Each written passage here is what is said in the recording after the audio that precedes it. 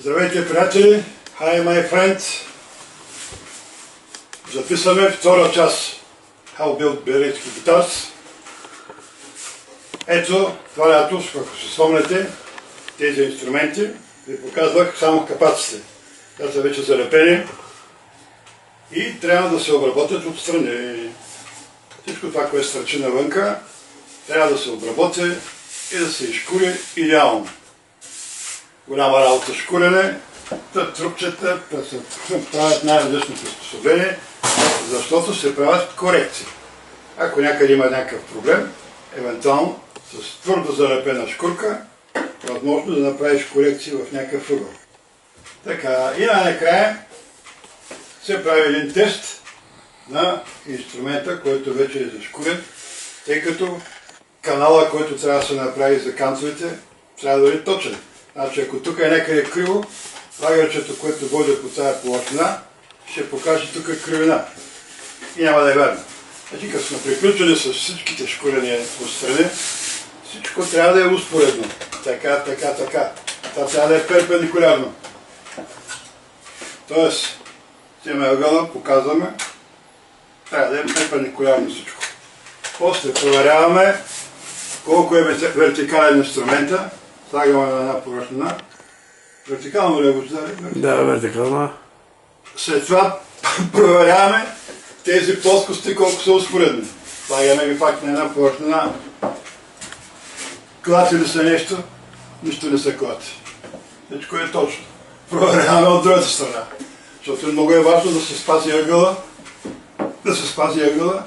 Се сложи една летвичка. Ако това е дълго нататък, ако сложим тази летвичка, тя ще опре точно, където ще свърши грифа. Значи всичко е работено точно. И така, зора е да се изпили, да се изкури всичко. С това се занимавам в момента. Ето вижте другите инструменти, които ви показах това лято. Правихме една проба за това дъно, да ви удисва на този инструмент. Точно като тъпане, натегнат. Човек се обождава. Да. Това показва, че ще свърне здраво. Това са едни от, може би, най-добрите акустични неща, които се получаваха. И щом сме работили вярно, значи ще свърне страхотно. А вънка е вали дъжд, между другото, е много важно. Обаче и това избомбване тук, което съществува, не е мръднало. Идеално. Всичко е точно. И сега зора е, като се обработи отстрани, ако има кривини, тук да стане перпендикулярно, както да обясних, и най-накрая се правят тези такива летички, бяло от дървото, примерно с орех, което е.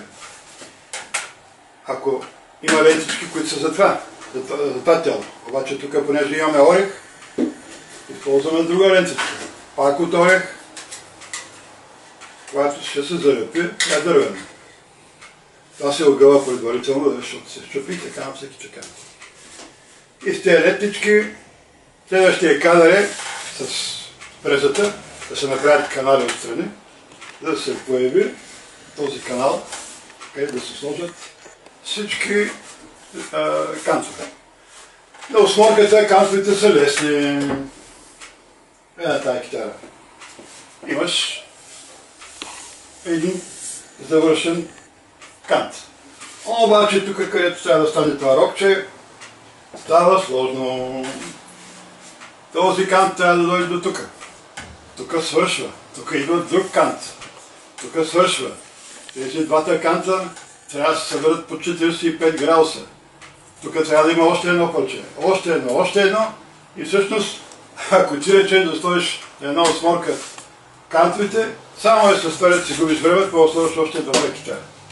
Защото трябва да се съберат всички кантове по 45 градуса.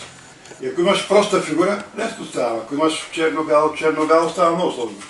Играчка. Както и да е, надявам се, че в това загубено дъждовно време ще ги изкурим всички работи и ще станат. Като погледнем, чакат 7 кухи китари, които това лято ви показах, че нямат дъна. Всичките дъна им са сложени и звучат като тъпа. Като добре натегнат барабан. Това показва, че ще свърне добре. наклон е идеален, всичко стана добре. Хем такъв наклон има, хем тук е най-избомбено и прочее, и прочее, и прочее, и прочее. Ще си видим какво се случи, приятели. Следващия кадър е да довършим грифовете за двете класики и останалите грифове, те ще са готови. Само ще ги... няма трост рол отдолу, там ще залепим за двете класики това парченце. Ето е голяма играчка. Някои правят тук със специална, с машината, специален ход, с фрезата, обаче трябва да вкараш фрезата, че после да го закрепиш, здраво, да вкараш фрезата и да така да я включиш, че да се затресе, да направиш беля. Затова най-лесно се реди с стрел. Както да е. Купиват се две големи дупки и се използва едно току-що купено специално трионче.